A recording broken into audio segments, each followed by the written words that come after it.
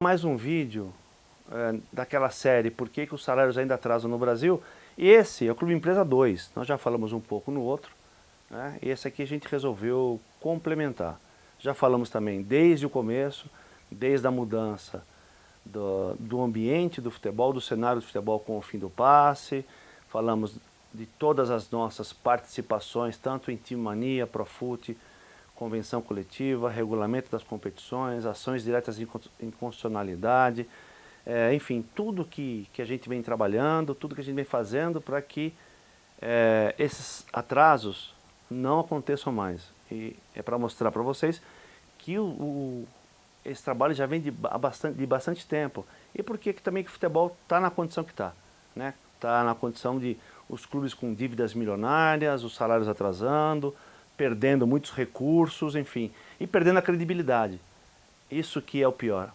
Além de perder a credibilidade em termos financeiros e perder recursos, os resultados dentro de campo, em termos internacionais, para valer, não têm acontecido. Então, é mais ou menos por isso que a gente está falando. E vamos voltar a falar do Clube Empresa.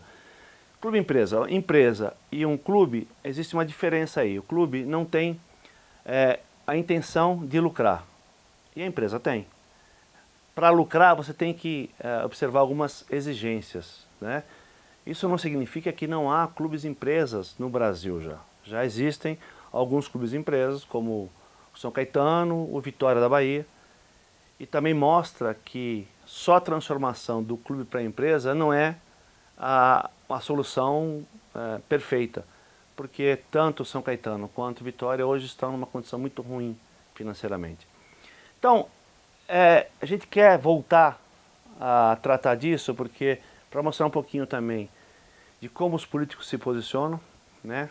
Essa coisa de ficar protegendo o clube é um problema, né?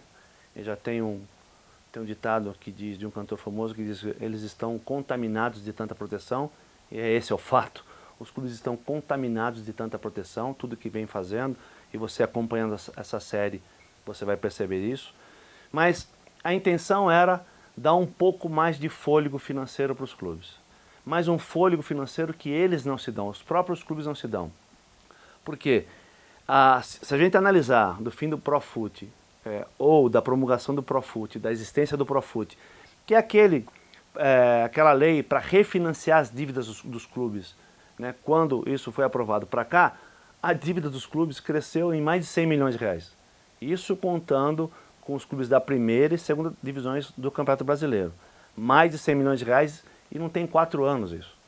Além deles não conseguirem diminuir as dívidas crescerem mais de 100 milhões. Então, assim, tudo que se faz para que o clube possa ter fôlego financeiro não é suficiente para eles melhorarem a administração. Por quê? Porque falta responsabilidade.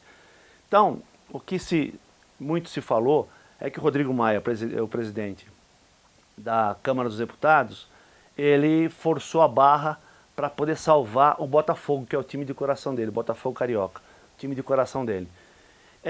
E aí, a proposta, ela traz algumas anomalias. Por exemplo, recuperação judicial, que as empresas, elas podem pedir a recuperação judicial, que é um tempo que ela pede pro Poder Judiciário, para o juiz, ela pede um tempo para poder rearranjar toda a sua finança, para poder voltar a pagar, né? Só que para isso existem algumas exigências também. Os credores trabalhistas, esses créditos trabalhistas têm que ser eliminados ou sanados em 1 ano. Existe uma série de regras para isso, só que o Clube Empresa do futebol não tá contemplando isso. Quer dizer, é mais uma forma de tentar empurrar com a barriga as dívidas, o que não ajuda. Outra questão, e aí vocês podem ver no noticiário, está na internet, né? Nessa transformação de clube para empresa, não haveria necessidade de essa empresa nascer com as dívidas do clube, que foi gerada, as dívidas que foram geradas no clube. E isso é impossível, né? Ou seja, quer se fazer um recorte, começa um clube empresa com um clube zeradinho, novinho, e a dívida que ficou para trás.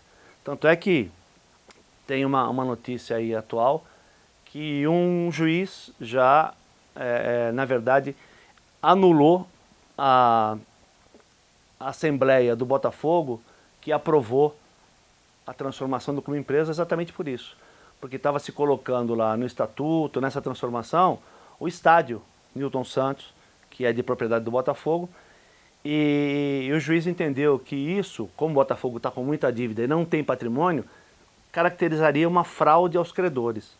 Então, dá para entender o que vem ocorrendo? Quer dizer, cada vez mais cria-se mecanismos para o descumprimento. Né? Cria-se mecanismos para que aqueles que trabalharam e não receberam continuem sem receber. Agora imagina você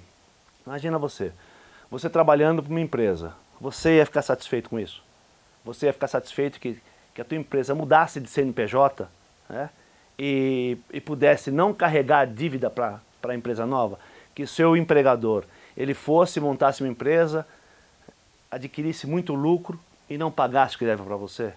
É só alguns pontos para você pensar e para mostrar que, de fato, esse ambiente não tem favorecido a melhora na administração dos clubes e é por isso que os salários dos jogadores ainda continuam atrasando no país.